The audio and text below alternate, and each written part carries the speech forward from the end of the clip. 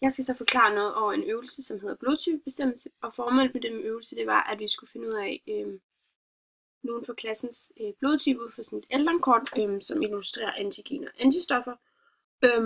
Og så vil vi så sammenligne de blodtyper med befolkningen.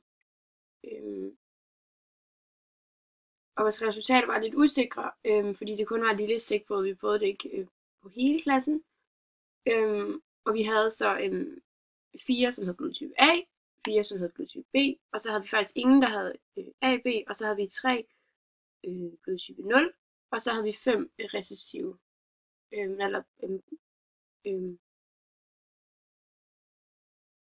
resus positiv. Og ved at sammenligne, så kan vi så se, at vi har alt for få resus positive. Vi har faktisk 45% i forhold til, hvordan befolkningen ligger på 85%. Men udover det, så passer det meget godt med blodtyperne 0A og B.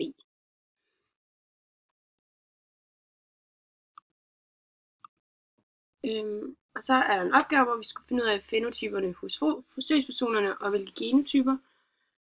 Og hvis vi starter med Jonas, så han havde blodtype 0, resus negativ, og hans genotype, den er så IIDD, og II, det står for, at det giver 2 I'er, det giver blodtype 0, og DD, det står så for negativ. Og hvis vi så går videre til Dagmar, hun havde også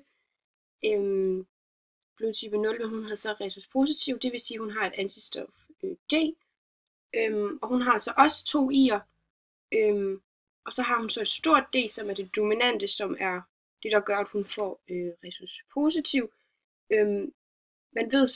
Man kan så ikke vide, om hun så har et stort D igen, eller et lille D. Men det vil stadigvæk blive positiv, resus positiv. Og så har vi Natasha. Hun havde blodtype A, resus positiv. Ud fra hendes Eldon-kort, der kunne man se, at hun både havde antistof A eller D. Men det giver altså blodtype A. Og hendes genotype, det er så IAIA stort D. For IAIA, det står for blodtypen. Og så det store D, det viser så, at hun er resus positiv. Men det kan også være IAID, eller stort D. Fordi vi ved selvfølgelig ikke, om hun har et recessivt gen for blodtype 0, og vi ved selvfølgelig heller ikke, om hun har et stort D, 2 store D'er eller et lille D. Så har vi så Jakob. Han havde blodtype A, resus negativ. Det vil sige, at han har antistof A, og det gør så, at han kan få, der er 2 mulige genotyper igen, altså IA, og så 2 små D'er, og IA, det står selvfølgelig for blodtypen, og så de 2 små D'er, det gør så, at han får at han bliver resus negativ, og han kan også være IAIDD, fordi at vi ved selvfølgelig ikke, om han har et recessivt gen for blodtype 0.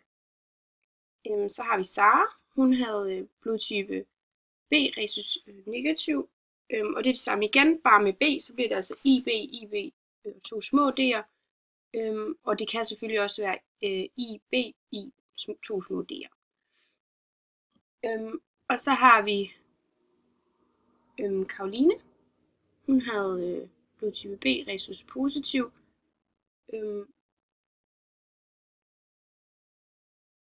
Og det vil altså sige, at hendes antistof er enten B eller D, og det viste Eldon-kortet. Og det gør så, at hun får en genotype på IB og 2 små D'er. Og det kan selvfølgelig også være, at hun har et recessivt gen for blodtype 0, og så vil det så være IBI, 2 små D'er. Så skal jeg så forklare en opgave med en faderskabsserie, hvor at fænotyperne, det er blodtyperne. Og hvis vi bare tager det første, så hvis barnet har en fænotype på 0, så er den mulige genotype altså II. Og det vil så sige, hvis nu moren har et fænotype på 0, så har hun så også en mulig genotype på II. Det vil sige, at så skal faren have enten en genotype på II, eller en på IA, altså et lille i, eller en på et stort I, et B og et lille i. Hvis moren så har en fænotype på A, og har en genotype på,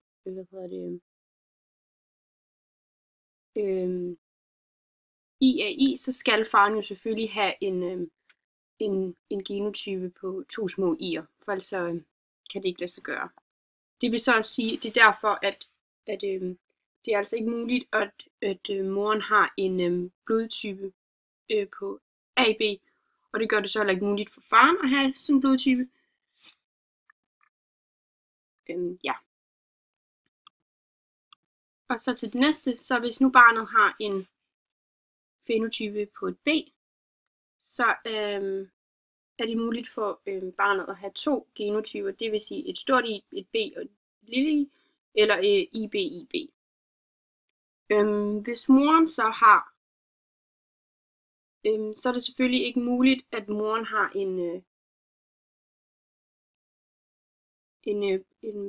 blodtype på 0, fordi så er det 2 små i'er, og så vil det så gøre, at barnet vil have en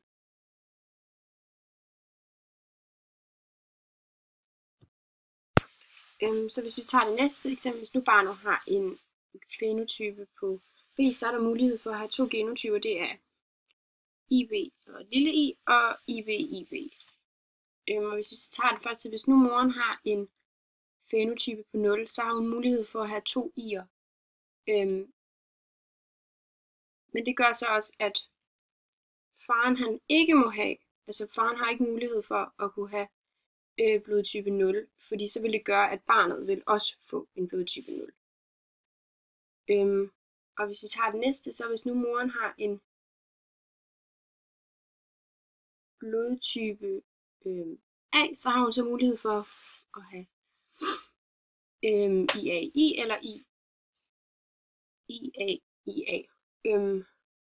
Og det kan heller ikke lade sig gøre, fordi at så vil hun jo få et barn, som havde blodtype A, og det gør så også, at faren heller ikke har mulighed for at have en blodtype A, da barnet så er blodtype B. Og så er der, hvis nu moren har en blodtype B, så kan det sagtens lade sig gøre. Og det kan sagtens lade sig gøre, selvom hvis faren også har en blodtype på IB. Hvis nu faren har en blodtype på IBI, så kan moren også godt have en blodtype på IBIB. Hvis vi så kigger på, hvis nu moren har en blodtype AB, så kan det slet ikke lade sig gøre, fordi så kommer blodtype A ind og med, og det gør så, at barnet vil så blive AB, eller der vil være mulighed for, at barnet vil have blevet en blodtype AB.